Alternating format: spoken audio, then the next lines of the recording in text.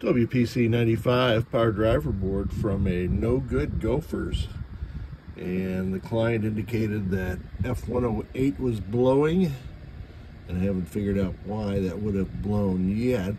I did find two of these are original 6A2 diodes. I use 6A4s in there now.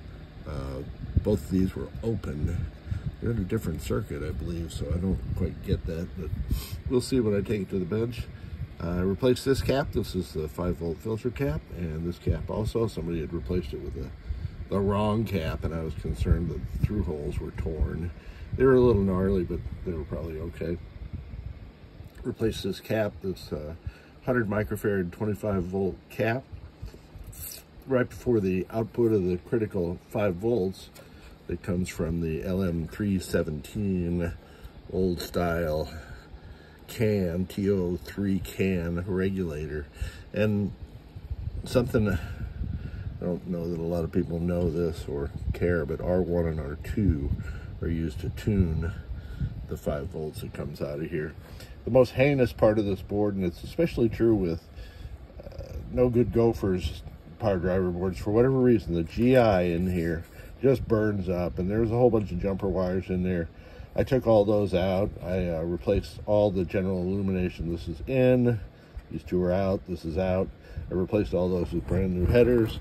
And on the back, to accommodate the two circuits that are not dimmed by the triacs, you can just add these two wires, a couple of beefy wires between the pins as shown. And that bypasses all the, well, originally there were 6A2 diodes in here also. Later on, Williams took those out and just put jumper wires in there. So I've effectively done the same thing with just those two wires. Transistor at whatever that was, Q80 maybe, was blown, and so I replaced that transistor. It's a tip 36. Also the diode to the left of it, and there's a resistor to the right of it that I also replaced. I'm going to test a pre-drive transistor. I don't really find those pre-drive transistors to fail that often. Oh, we'll see. And then now we're going to take this over to the bench. But before I do, I have an opportunity to jump up on the soapbox and talk about reflowing headers and connections. This does little to no good. All this does is put more solder on the board, so it makes it easier for me to remove the headers. But there's a couple of guys on some of the groups that say, well, reflow all the headers. And I have seen people go so far as to reflow these tie downs for the heat sinks, which of course does no good. Anyway, we got a whole bunch of extra solder here. These are my headers that I put on, and that's all the solder you really need. And a whole bunch of leftover solder flux. That'll all come off outside when I squirt this with some Castrol Super Clean and then scrub it down with a brass brush. Back doesn't look too bad. I did have to use a couple of rivets to repair this tip 36, so the through holes are now super solid there. All right, to the bench. The client had mentioned that LED 103, just above my red probe, was not lit, and that LED is to indicate 12-volt unregulated power. Clearly, we have 12-volt unregulated power, so there are two possibilities. One is the LED is blown, which would be extremely rare, or that this current limiting resistor adjacent to it is blown. Let's see. Yeah, it's good there. And good there. The LED is blown, or it's not attached to ground on the other side. I'll have to check that out.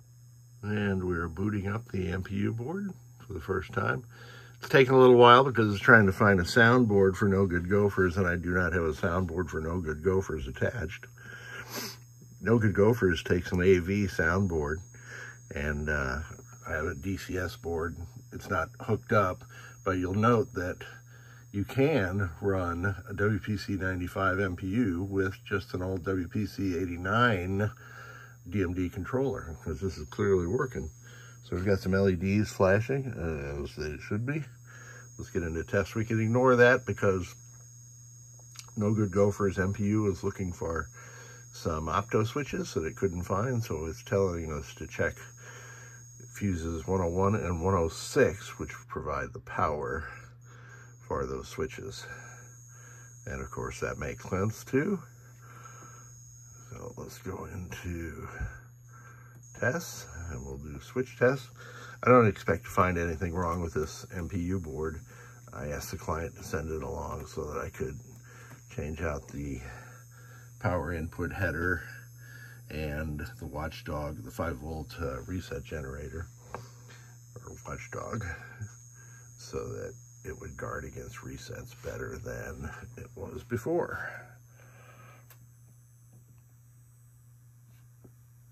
Test all the solenoids.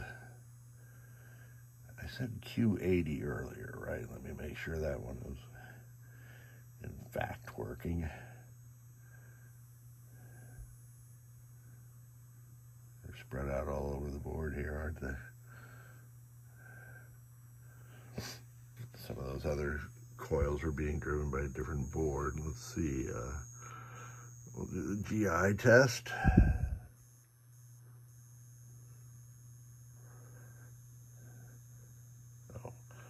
Huh, interesting. GI is not dimming. So that means that there's a fractured trace somewhere between where the AC power is rectified and where the zero cross circuit is on the CPU board. I've never had that happen on a WPC95, so an opportunity to learn something here today. Let's do lamps and flashers at the same time. There's your flashers and the lamps, so those are working. So I can skip that part. Skip that part too for now. So the only two things I got to get back onto with this driver board is the zero cross circuit for the general illumination, and why is this LED not working? I think I'm going to replace that one. Should I do it in red or should I do it in super bright blue? So I'm back on the bench with this No Good Gophers power driver board, and I tracked the zero cross circuit from the AC power, these two red wires, through this diode, rectifying diodes, and then the LM339. Then it goes all the way across the board, and it should be hitting the stud, the zero cross. And in fact it is, so this was confusing me just a little bit. You can see we are getting the zero cross circuit. And so then I thought, well, maybe it's not getting then to the connector, and then to the ASIC. And figured out where the pin was for that. Let's see, I'm disoriented because this is a WPC89 MPU that I've got. And this is the zero cross circuit. I did the same thing with this Rotten Dog MPU, and the zero cross was in the upper right hand corner of this ASIC, the fourth pin down on the right, and it was pulsing, but still we weren't dimming anything. So we'll have to investigate this further. I've installed an Adams Family known working MPU into my bench. I wanted to see if it would drive these general illumination circuits, and the answer is yes, it drives them perfectly. So by the process of differential testing just now, we know that this driver board is fine. It's the Rotten Dog MPU board that has a problem. Here's a version 1.3 from K's Arcade. Let's see what happens after this gets past all this Mickey Mouse.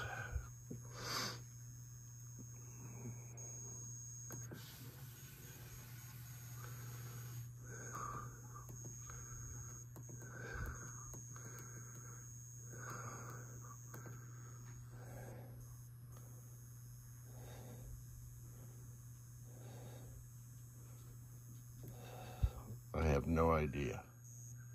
Another day and back on the bench on this No Good Gophers MPU and driver board. And this is the one where an LED was burned out. So I've replaced it. It's a different brand of LED, so it's brighter than the rest of them. Still gets the job done. And this is the one that had general illumination problem. But we can see that that problem has gone away. Now, what made that problem go away? I actually can't tell you. I tried a different game ROM. I originally thought that the game ROM in here was not the latest game ROM. I thought it was maybe an earlier one and there was a bug. So I swapped in my game ROM and it started working correctly. And then to bring the test full circle, I put the old game ROM back in, fully expecting it to not dim the GI correctly, but to my surprise, it did. So now I'm left with a question, and I was telling a friend of mine that the only thing worse than not knowing why something doesn't work is not knowing why something does work. And that is kind of the case right here. So I'm going to put a new label on this game ROM for the individual, and we're going to call this one good. I did update my bench to include a wiring harness for WPC95 flipper testing, and so I can go do that right now. Get out of that and test the flipper coils. I'm going to, whoops. Okay, running.